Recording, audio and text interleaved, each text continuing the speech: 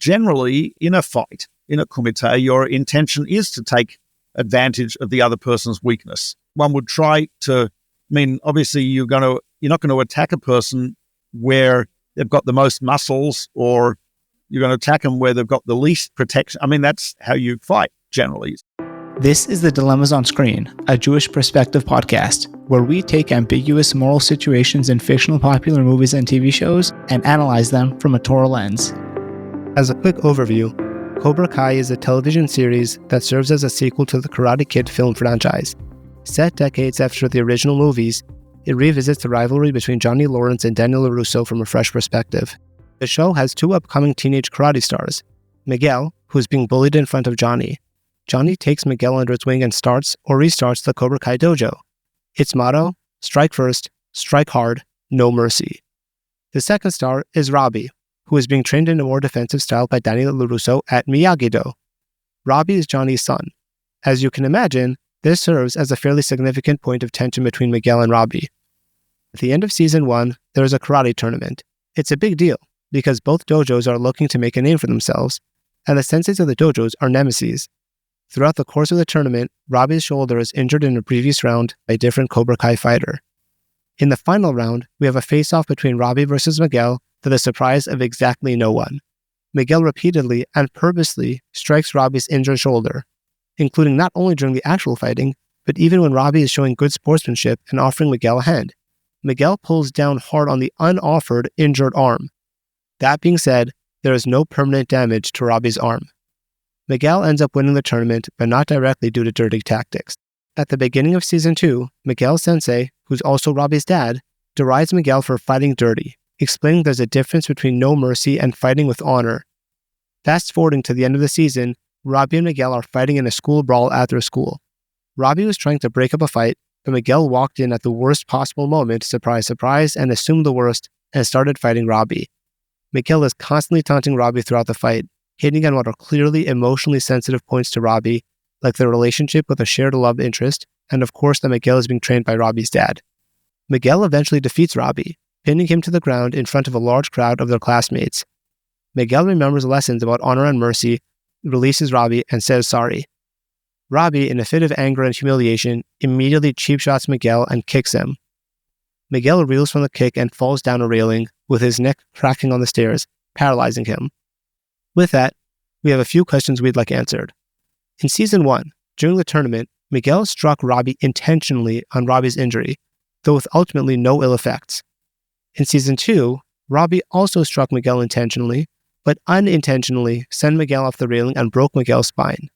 What is worse, intent with no ill effect, which is what Miguel did, or a lack of intent with yes ill effect, which is what Robby did? In other words, does Judaism care more about intent or result? Question 2. In the tournament, Miguel intended to hit Robby on his injury. Doing so is within the framework of the rules of the tournament, as there is no rule saying don't hit an opponent on an injury. That being said, it does constitute fighting dirty, and even Miguel's sensei tells Miguel that win the right way, no need to fight dirty. Miguel responds, dirty? There's nothing dirty about winning, sensei. Seeing as Miguel was within his rights to fight that way, does that make Miguel's actions fair game if it's allowed by the rules? Even if it is fair game, what about pulling on Robby's arm, which definitely was an illegal move? Also, in the tournament, Robby could have ended it early by conceding defeat before Miguel scored the final point and won, as his own sensei suggested. Not doing so was Robby's own decision and fault. Does this change anything? Was Robby effectively allowing himself to get kicked in his injury? Or struck in his injury? Lastly, Miguel was provoking Robby in that Season 2 high school brawl fight. While provocation does not give Robby a blank slate, it seems like a tough sell to have Miguel provoking Robby and then just saying, sorry, and expect all to be absolved. Was Miguel being irresponsible in his reaction to Robby? Should Miguel have been more cautious about releasing Robby? In other words, is Miguel partly responsible for Robby's outburst? I am excited to welcome Rabbi Mordechai Becher to this episode to answer our questions. Rabbi Becher, originally from Australia, is an instructor at Yeshiva University and an alumni rabbi of Neve Yerushalayim College. He received his ordination from the Chief Rabbinate of Israel and the Chief Rabbi of Jerusalem and holds an MA in Medieval Jewish History from the Bernard Revel Graduate School. He taught at Or Sameach and Neve Yerushalayim in Jerusalem and served in the Israel Defense Forces. Rabbi Becher has answered thousands of questions on AskTheRabbi.org, presents a Talmud class, Dimensions of the Daf, for a Jewish broadcasting service, and was senior lecturer for Gateways for 20 years. Rabbi Becher's latest book, Gateway to Judaism, published by ArtScroll, is in its 10th printing. He has taught in the USA, Canada, England, Israel, South Africa, Australia, and Russia, and is a scholar in residence for Legacy Kosher Tours. He has led tours in Africa, Australia, Asia, Europe, Central America, and the Middle East. Rabbi Becher, thank you so much for joining us on this episode. And I guess Pleasure to be here. Thank you. Absolutely. So I guess let's get right down to it. So, what is more morally reprehensible? Is it intent or the result? As in, Miguel intended to strike Robby where he was weak, where he was injured already, and even pull down on his arm when it was unoffered, even though no damage actually resulted. So at the end of the day, like, no harm, no foul. Or do we kind of look at Robby and we say, you didn't intend to kick Miguel off the railings, but at the end of the day, you did. And look at the damage you caused. So even though that wasn't your intention, we look at the result and we say that's more morally culpable. Which one's worse? It's a great question, and it's there are nuances to this question. In other words, we have to distinguish between two aspects of it, or three, I would say. Number one, the permissibility of engaging in a type of activity in which you will be injuring someone else or potentially being injured yourself. Secondly, we would have to discuss your culpability in terms of your legal responsibility. Are you culpable for something a damage that you caused that you did not intend? Is there any type of damage that you have to pay to a person, compensation, etc.? Or do you only have to pay compensation when you intend to injure someone? The third issue is the moral component. By that, I mean that are you guilty of what we would call in Hebrew an aveira, in English a sin or an iniquity? In other words, that may not be the same as your legal culpability. Example, you might be legally free from paying. You may be exempt from payment, but you may have done something which is wrong, for which you have to repent, ask for forgiveness, so on and so forth. There are cases where you are doing something which is totally permissible, which can actually result in something negative, and I think there's also a moral issue there. Point number one I would make regarding legal culpability is an important point, and it's the Talmud, the Babylonian Talmud, great compendium of Jewish law composed around 600 to 700 CE, discussions of rabbis for hundreds of years beforehand in Babylon, what we call Iraq today. And so in one of the tractates, it's a section of the Talmud that deals with damages, torts, damages, etc., bava kama.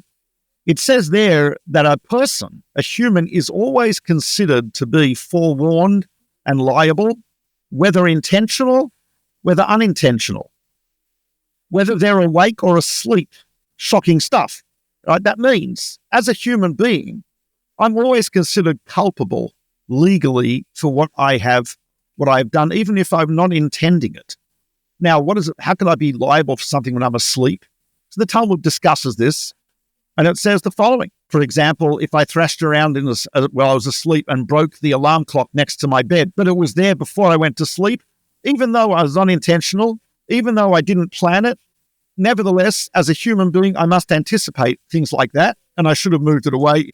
On the other hand, something that was placed next to my bed while I was asleep, in that case, I'm called ones gamur, completely beyond my control, unanticipated consequence, and for that I am not liable. Because of our advanced intelligence and our perception and our conscience and so on and so forth, we have a moral obligation to be continuously aware and cognizant of the consequences of our actions, even if they're unintended. And that's not only a legal obligation in terms of payment, torts, damages, etc., but it's also a moral obligation. Example, I was when I used to live in Jerusalem, I was standing on Jaffa Road.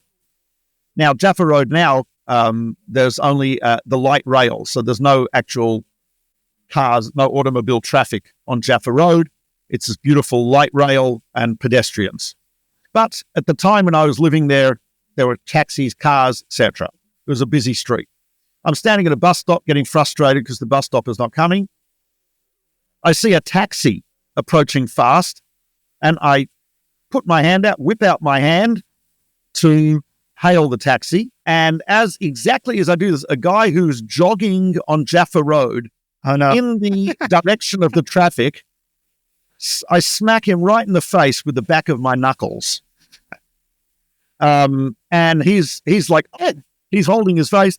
Thank God, no doubt, I didn't break his nose or anything. It was not, but he was okay, and he forgave me, and he carried on.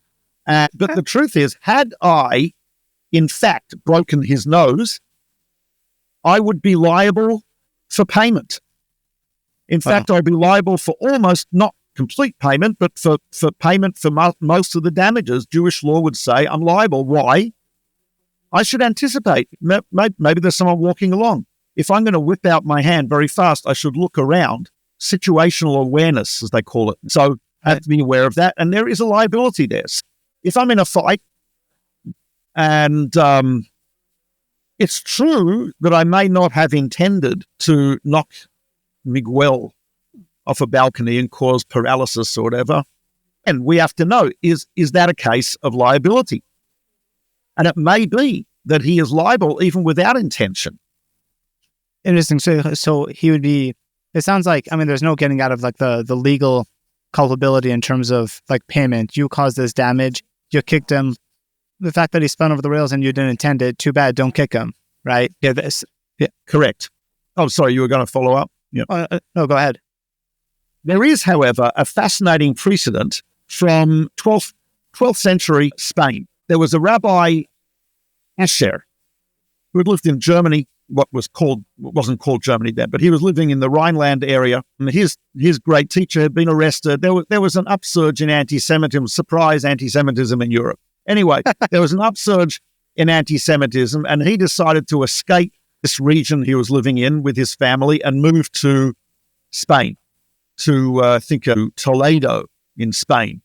And he became a he was accepted, even though he's a Yiddish-speaking European Ashkenazi rabbi, but his scholarship was so incredible, and he was such a pious and great man that the Spanish Jews accepted him in that region as their chief rabbi.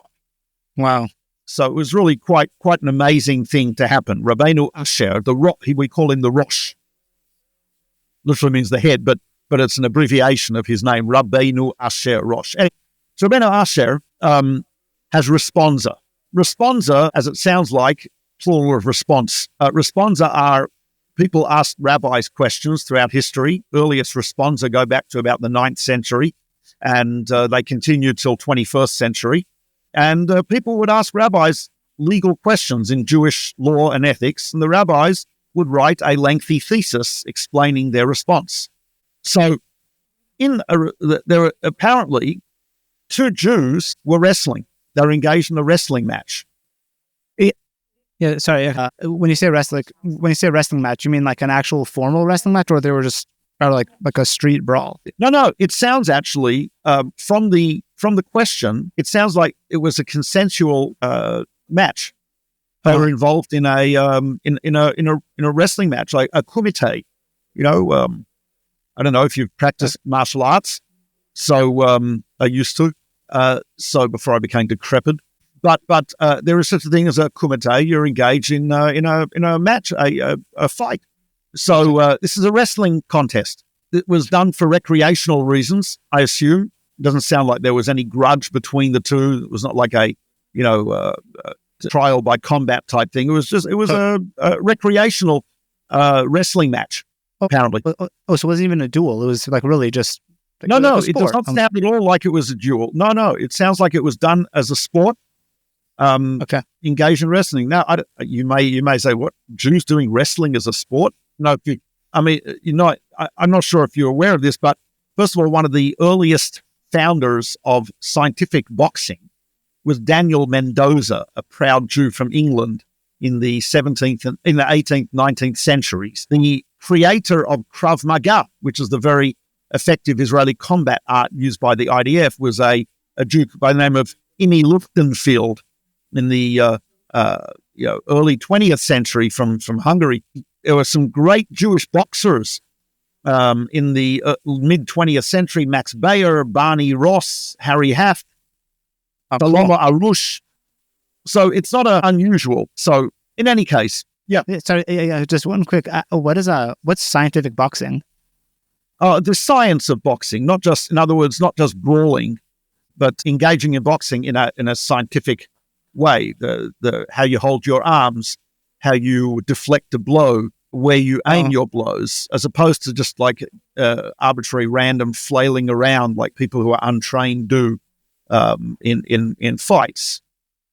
So what we would think of as like standard boxing, I'm assuming that is standard boxing now, and a lot of it is based on Daniel Mendoza. Wow, that's so interesting. I did not know that. Yeah. Well, anyway, the Shlomo Arush was the middleweight boxing champion of the Balkans. He was taken by the Germans to Auschwitz, and he had to box to survive in Auschwitz to entertain them. Box for his life, literally. There's a movie about him. I forgot what the movie's called. In any case. So these two Jews, back 12th century Spain, Castilla, engaged in a recreational wrestling match. And one of them throws the other to the ground. And the blow on his head causes him to go blind in one eye. My gosh. Yeah. Hate it when that happens. Anyway, so they asked Rabbeinu Asher, this great rabbi, is he liable to pay the guy? Interesting. The Torah singly says in a couple of places, eye for an eye, right? Which is usually misinterpreted as meaning what they call what you lawyers would call lex talionis. That is to say, you took out the guy's eye, we're going to take your eye out. Right. Right. That's how you understand it. But that's not how it has been understood in Jewish law ever. Jewish law from its inception, 3,313 years ago or so, has always understood that to mean you shall compensate, monetary compensation for the eye. And that's an oral tradition, but it's also implied in the actual verse itself. Yeah. If you could please elaborate, that'd be great. Yeah.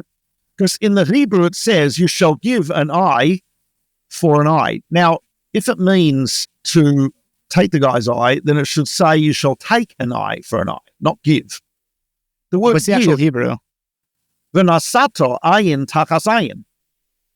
Interesting. Okay. You shall give. So that implies that something is being transferred, right? If I take a guy, they didn't have the ability to do an eye transplant 3,000 years ago. When it says give, it means giving something. And it says ayin and eye, tachat ayin. The word tachat in Hebrew means instead of. It doesn't mean for. Ayin. So both in the actual linguistics of the verse, it does imply that it's you shall give, meaning giving something. And it also says instead of, i.e. monetary compensation. And that is how it's been understood in Jewish law from time immemorial as compensation. So that's what it means. Yeah. Got it. And again, we understand because it says natata ayin tachat ayin. That's what it says. Yeah. Interesting. Wow. I don't think I've ever paid attention to that. The natina, the giving. Wow. Yes. It's important. Okay. So anyway. Sorry. Yeah. Actually, if you don't mind, do we know? Sure. So why does the Torah describe it so confusingly? Like that is excellent question. There's room to err here. Like why would it say an eye? Like mistranslating, but an eye for an eye. Like, why would it say that? That is a question which has been asked by the commentaries. In fact, the Lubavitcher Rebbe asked that question. He says, why does the Torah phrase it in such a way that is open to misinterpretation? He says, granted, in traditional Judaism, we don't rely on simple literal translation. What we do is always use the oral tradition. But he says, why is it written in such a way that it apparently misleads people? The Lubavitcher Rebbe says, profound idea. He says the Torah expresses it that way to teach the person that really what should be happening to him is what he did to the other guy. The Torah lets him get away with financial compensation. But in terms of the remorse he has to feel, in terms of the guilt he should feel, in terms of his spiritual burden, he should look at it as though he deserves to have it done to him. Hence, the Torah expresses it in that way, even though we allow him to get away, so to speak, with monetary compensation. I think I actually remember hearing from one of my Rebbeim, Rav Bernstein, and I actually think I saw this in the Rambam. I don't think he says it about ayin tachat ayin, but he says this about this general idea that the Torah is effectively telling you what I think what you deserve to have happen to you as a deterrent.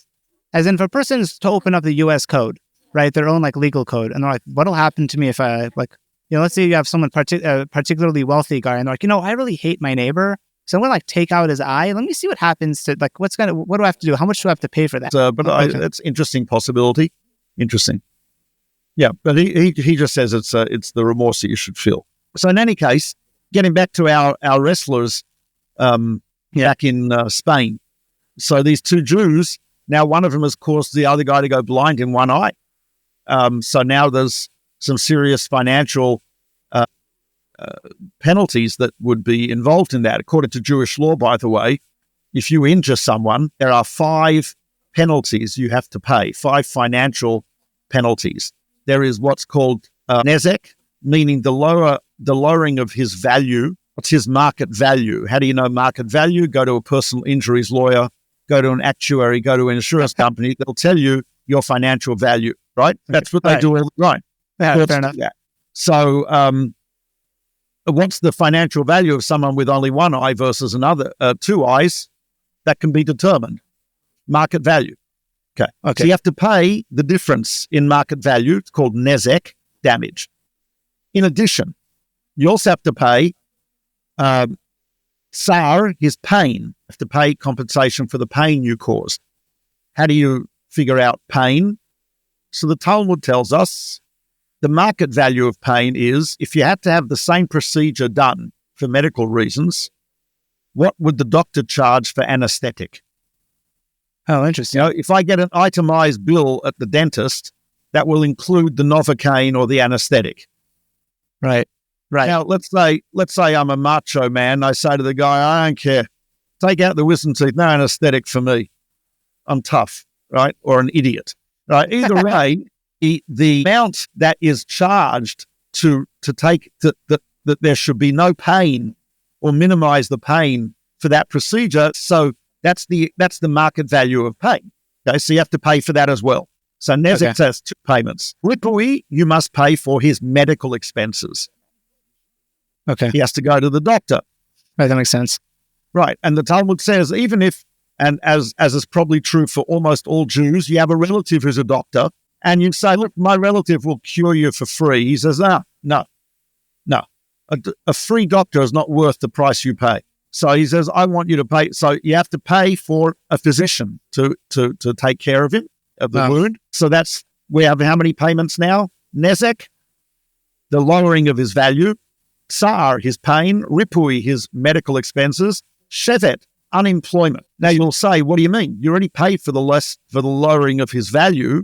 Right. That's true. So you have to pay a minimum unemployment wage, because while he was recovering, he could not work.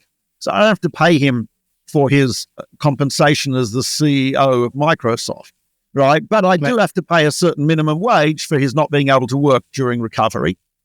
Okay. Shevet. And finally, by the way, all of those damages I just mentioned are even if you didn't intend damage. Okay. Even if it was unintentional, accidental. The 5th, which is humiliation, embarrassment, shame, that's not so easy to calculate. The court will have to estimate that based on who the person who did the injury is, who the person who received the injury is, the type of injury he received. So that's a bit of a complex calculation, but that's only if you intended to hurt the guy. Right. Then you have to pay also humiliation. So getting back to our wrestlers, the question they're asking now is, what do you have to pay for this guy's loss of his eye?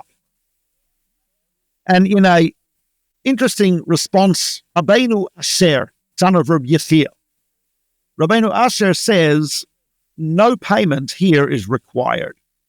He says, I know you will ask me, what do you mean? we have a rule, even if you didn't intend to injure, even if you're injured while you're asleep, in a case that you could anticipate, you still have to pay. You did whatever, you threw the guy, a sotogari, whatever the judo move you used, and you threw him to the ground. I assume they didn't know judo in 12th century Spain, but whatever form of wrestling they were familiar with, you threw him to the ground, right? How could you? So Rabbeinu Asher says something type of interesting. He says, when they both wrestling with each other and they consented to engage in this, each one knew that there's a risk of injury. And he says, since it's impossible to accurately gauge the strength of your blow or your throw, he says, therefore, it's considered to be, and each one in a wrestling match is exerting to himself to his maximum strength. It is therefore something which we would call a damage that is called ones gamur, completely beyond his control. And he's not liable to pay. Not liable to pay. So which is type of interesting. So even though here he intended to throw the guy, he did not intend to hurt him. He did end up hurting him quite badly, quite seriously, but he would not be considered liable for damages, to pay damages. Now you might ask though, and this was not asked interestingly, this doesn't come up, but what about his moral obligation? Right. Right. What about his moral? I think what being asked is, even though he's exempt from paying, should he step up and be like, look, I'm taking responsibility. This is my fault. So yeah, exactly. That's the second part of the question. And here, some later commentaries say, indeed, that is so. The Rosh, Rabbeinu Asher, is only talking about your financial obligation, and legally you are exempt from payment. Obviously, one should ask for forgiveness. So here also, he has to be concerned with with his eternal soul. He has to be concerned with the person forgiving him. In fact, it's interesting. A Jewish law says, it's actually a Mishnah, also in Bava Kama, which is ancient Jewish legal text dating back to northern Israel around 170 to 200 of the Common Era. So the Mishnah says, if you stole from someone or you damage someone, themselves or their property, even if you pay them back, you have not completely fulfilled your obligation to them until you've asked for forgiveness and they forgive you.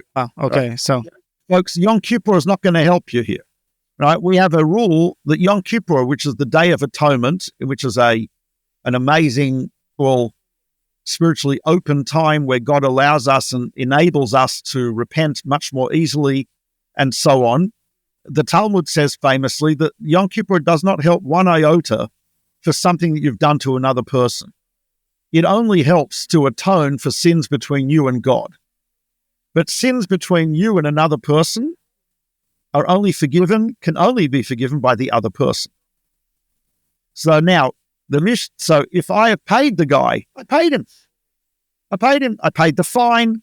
I paid the principal. I paid the interest. I paid him completely for the damage I caused. So the Mishnah tells us all well and good. You still have to go to him and say sorry, ask for forgiveness. So I think the two intersect somewhat. Forgiveness is required. Yeah. It's going back to the wrestling case. There appears to be two concepts. I'm not sure which one is primary or if one causes the other. In terms of, there was the fact that there was the consensual wrestling match. It was effectively like they both agreed to do it. It was done as a sport. And then the Lord says, because of that, you can't start restricting the force of your blow. But if you're wrestling, you need to try to get the guy to the ground. And therefore, it's an onus gamur. It's completely out of your control. Is that second feature? Because I'm just wondering, if someone, let's say there was a street brawl. Okay, someone comes and attacks you on the street, and you throw the guy on the ground and you blind him because he's attacking you. You don't know what he's going to do to you, so you need to restrain him. I guess my question is, is the reason you're legally exempt from payment with a wrestling match because it was consensual? Is that the key factor here? It's a great question, and it's a question which is debated in Jewish law.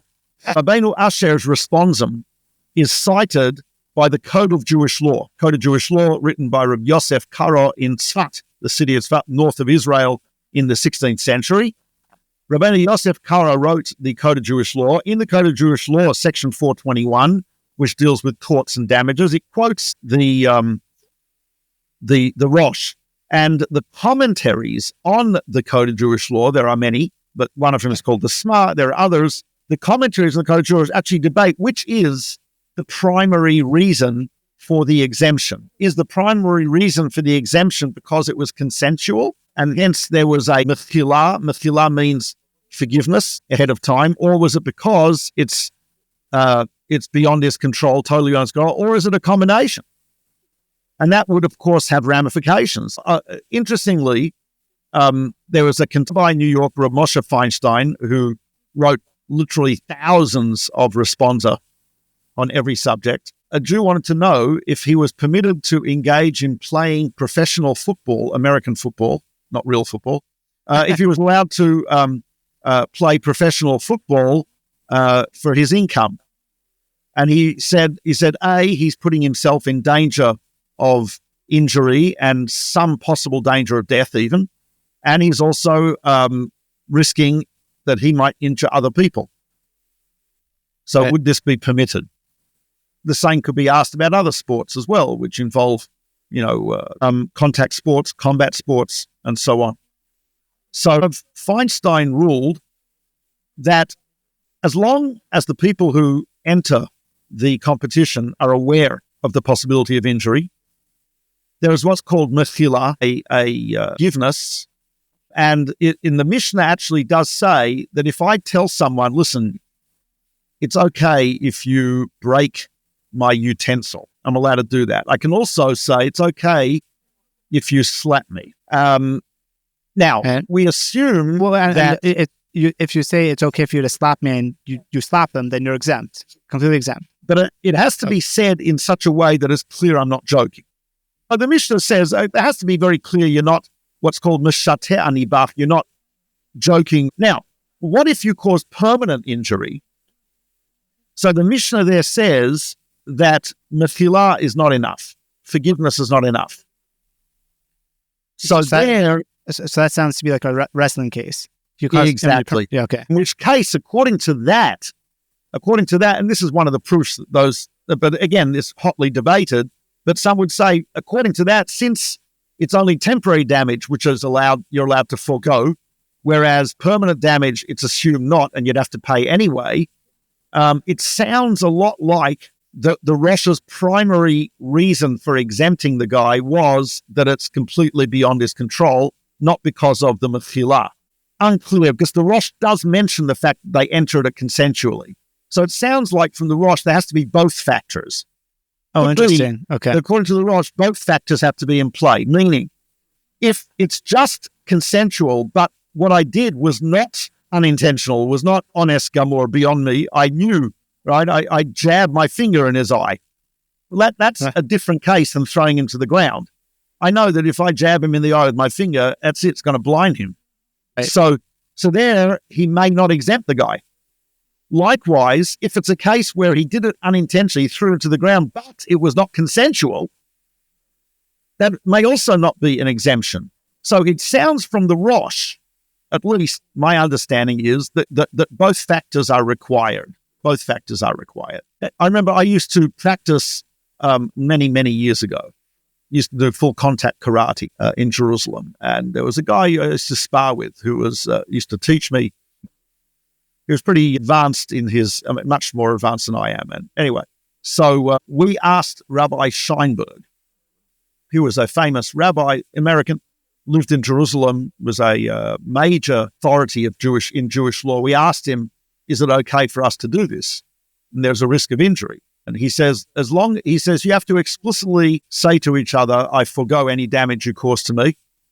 Okay. And he says, obviously that he says you cannot intentionally want to damage him, right? Yeah. And he says it does not apply to permanent damage. Oh. So that's what he told us. So that was actually type of interesting that he said that's okay.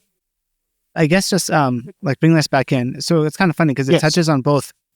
And there was so Miguel, he had bad intent. He meant to do something wrong, but ended up that there was no damage.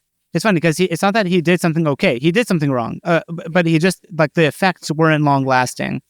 Robby did not mean to kick Miguel off of the railings, but that is what happened. So I think that's the analogy here. So I guess, there are actually a lot of factors. A lot of factors. The first case, Miguel and Robby, the intent of they both entered into a fight knowing that there was combat. Right. So I would guess that just based on the especially the wrestling matches, and was the fact that the first case was in a tournament and the second was in a high school brawl. Is there any change? Because in a way, like, Miguel or Robby could have just walked away in the high school brawl. But like, is the formality of the tournament, does that change the rules and the ramifications? I guess we'll start with that. Yes. Because in a tournament, you are entering in with an understanding that you are at risk of injury and the other person is at risk of injury. And they are both consenting to that situation. Now, according to the Rosh, according to Rabbeinu Asher, at least according to some interpretations of what he says, had Miguel actually caused damage to Robby's shoulder, then he would have been liable because he intended that, even though it was consensual. Even though it was consensual, you're not allowed to intend to cause permanent damage. Well, what if he didn't do it to intend to cause intentional damage? He just did it because it was advantageous in terms of the fight. Like a different example. So in the original Karate Kid, Danny, he had an injured leg, and Jonny, in order to score points, kept sweeping the guy's leg. He wasn't, later on he hits it, but that's besides the point. But in order to start scoring points, he just sweeps the leg and kicks him down, and that way he scores points. He didn't cause any permanent damage. He was just taking advantage of it. And I think that's why when we see in Cobra Kai, Miguel kind of doing the same thing to Robby, Jonny doesn't like it. Jonny sees Miguel punching Robby's arm and kind of taking advantage of a weakness. And are you allowed to do that? Are you allowed to take advantage of a weakness? Let's say he didn't want to cause permanent damage, but he wanted to win. Are you allowed to do that? I would think that would be, to me, that appears to be acceptable as long as your intention is not to cause damage. In other words, your intention is to win the match. Generally, in a fight, in a kumite, your intention is to take advantage of the other person's weakness. One would try to, obviously you're not going to attack a person where they've got the most muscles, or you're going to attack them where they've got the least protection. That's how you fight generally. So it's type of interesting. Again, it sounds from Rav Moshe Feinstein, who I quoted regarding the football player, that it's not acceptable to have an intention to hurt or damage the other person. No, your intention has to be to win the game. If that requires taking advantage of, or throwing him to the ground, etc., that's okay because he has consented to that. But you're not allowed to. You should not have intention to hurt or damage. Okay. Now, in the case of the second, right, then he should walk away. You mean Robby should have just walked away and not struck him? I believe so, yeah. Got it. And I guess one of my questions, so even though, we can all understand Robby should not have kicked Miguel, especially given the dire consequences that occurred. But I think part of what makes it a dilemma is the fact that even during the tournament, when Robby was trying to be a good guy and give Miguel kind of a hand up, Miguel took the unoffered hand and then pulled down on it to hurt the shoulder. In such a case, you kind of see that Miguel he's not fighting with good intentions, right? He's not fighting an honorable fight. He's like, I'm only going to strike you where you're weak. Is there such a thing as fighting dirty like that? It seems to be acknowledged that that's kind of a dirty way of fighting. Is that silly? You are fully allowed to take advantage of a person's weakness. You're right. Miguel should not have pulled down on the arm, but otherwise everything that happened in the tournament was totally kosher. I guess what I'm trying to ask is, people say, Miguel, that was fighting dirty, the fact that you were taking advantage of weakness. Just to clarify, is that just nonsense from a Jewish perspective? You go into a tournament, if Robby didn't want to fight, then he should have left. You can't walk into a fight with a weakness and don't take advantage of my weakness. Is that right? I'm inclined to think that way. Yeah. Live out a tournament, certainly if it's self-defense, I think in the old cowboy movies I used to watch when I was a kid, that always the guy in the black hat who's obviously the evil person. Not talking about a Orthodox Jewish environment here, but the sheriff always often gives him a chance. I mean, the guy's a mass murderer; he's killed people, etc. And he gives him a chance. Turn around, sucker! I'm not going to shoot you in the back.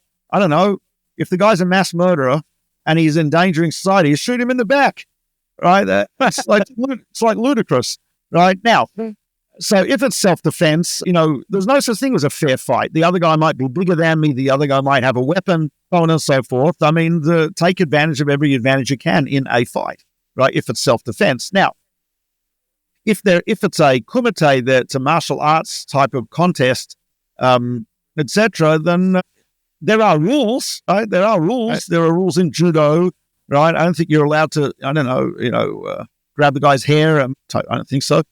There are rules in most martial arts. Most combat sports have some type of rule. As far as I know, the rules don't take advantage of the other guy's weakness. I don't think that's one of the rules. Right. And truth is, both in the original Karate Kid and in Cobra Kai, the refs never call, they never say that it's an issue, the fact that either Johnny was sweeping the leg back in the original Karate Kid, or with Miguel striking Robby on his injured arm. Hey man, that's fair game. As long as it was done fairly, right? Again, when Robby offered his arm, that was totally correct, called for. So within a tournament setting, just to clarify, does Miguel's intent matter? The fact that, what if a person does everything by the rules? It seems like Miguel didn't violate the rules, at least when he was in the live action fight, when he was striking Robby's shoulder. That is allowed by the rules. Is there a difference between intending to cause permanent damage and intending to weaken a guy during a fight? I would say, yeah, there might be a difference there. Intention to cause permanent damage is not considered forgiven or foregone by the other party. So it's not included in the things that they expect in the fight. Intention to do that also is a independent, to get biblical about it, there's actually a biblical prohibition against causing someone damage in a destructive way. That's a key term, to hurt, to destroy. If I'm a physician and I cut you, or, do an incision in your flesh or break a bone or whatever to reset it, that's okay because I'm doing it with the intention to cure, not to hurt. Maimonides, the way he phrases the prohibition against battery is derech nitza umeriva. It is prohibited, which means as a destructive or a hostile way of doing it. So again, that would be a prohibition. He's not allowed to do that. Jewish law would not allow it.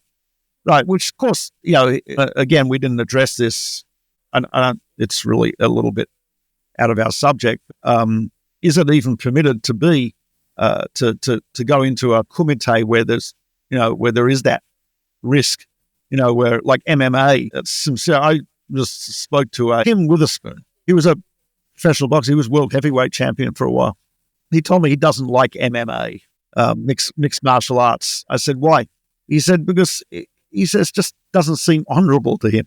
He said, in boxing, right, the guy falls down, you don't jump on him and start beating him in the face until the referee stops you, right? In MMA, that's what you do, right? You'll go down there, you're hammering him in the head and the face until the referee drags you away.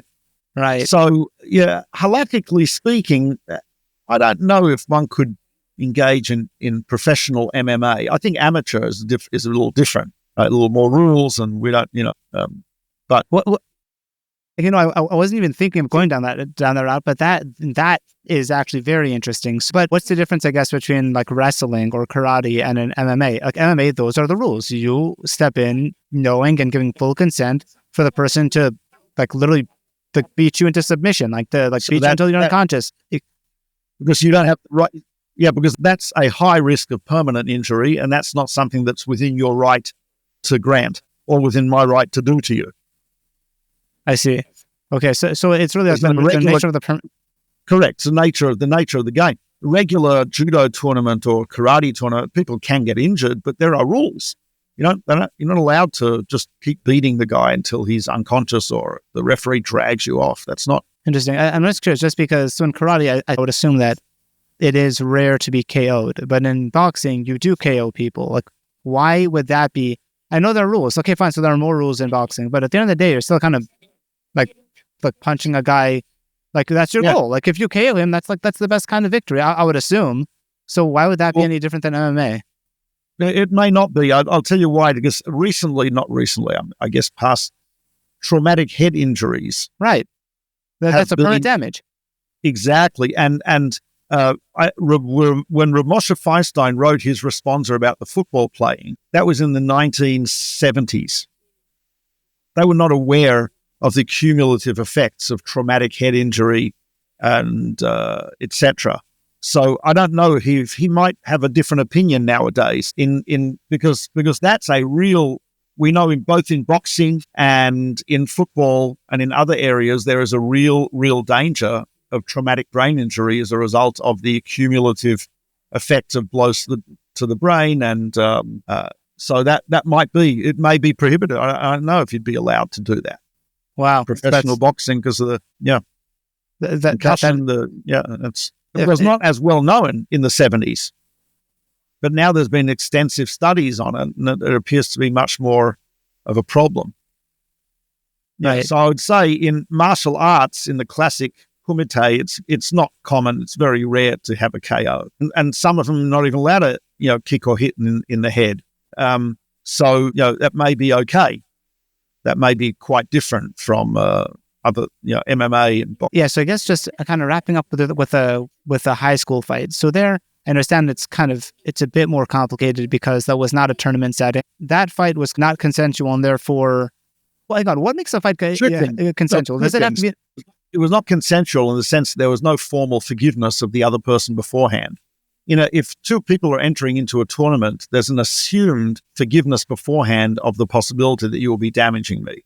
If they're in a fight in the schoolyard, I don't think we can presume a forgiveness. Number one.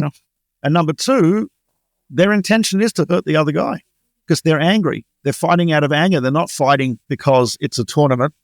They're not fighting for a prize. They're fighting out of anger. And that means they're intense. Neither of the Rosh's exemptions, the Rabbeinu Asher's exemptions would apply. There was no consent. You can't assume the forgiveness ahead of time because of the nature of it.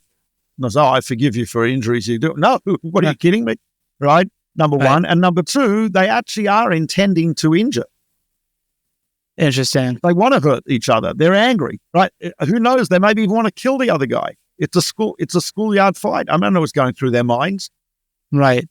Fair. And then I guess lastly, with respect to kind of moral culpability, I'm just wondering, is Miguel partly, so what happened was Miguel pinned Robby to the ground. He did this in front of their classmates. So there were dozens of spectators. The public humiliation was obvious. We're talking about teenagers here, teenage boys whose egos are probably like skyrocketing out of the stratosphere. And you have one guy who suffered a humiliating defeat. And this is also after Miguel was kind of taunting Robby because of Miguel's relationship with Robby's dad. So when Miguel kind of said sorry and just released him, I mean, we all agree Robby should not have kicked Miguel. Does Miguel bear some responsibility for if you're going to release a guy who is probably pent up, really angry, you've just taunted him, he's not going to you just humiliated him, and you're in the middle of a fight and all their past history, does Miguel bear some responsibility, or is that total victim blaming? I would say he bears some responsibility. I don't know if he started the fight, but he was certainly involved in it. And I think there's it's very hard. I think there's two perspectives here. There's the perspective of the human, and I don't know enough about what's going on in their brains and to actually make an evaluation of the level of guilt. And then, of course, as Jews, we believe in God, and I would say that God does have the possibility of evaluating that. Does God say that there is some level of blame here? Maybe. It could be. Okay. There are examples of this I can think of. If you flaunt your success, for example, and someone else is jealous, you do bear some responsibility. Yeah, you're right. The other guy shouldn't be jealous. It's wrong to be jealous of people. On the other hand, if I'm flaunting my success in his face, I'm not acting immodestly, I do bear some responsibility there. Responsibility for what, the guy's jealousy, or responsibility for... Yeah. I can't. It's not completely. It's not. There are consequences to my action. I think the person has to realize that. Right. The fact that Miguel was one who got hurt more in the end doesn't now make him 100% innocent. Yeah. Right. Okay, he got hurt more in the end. I sympathize, but does that mean he's 100% innocent? No. Innocence is it's usually not black and white. Right. And I think that's something that this scenario actually captured really well. Yeah.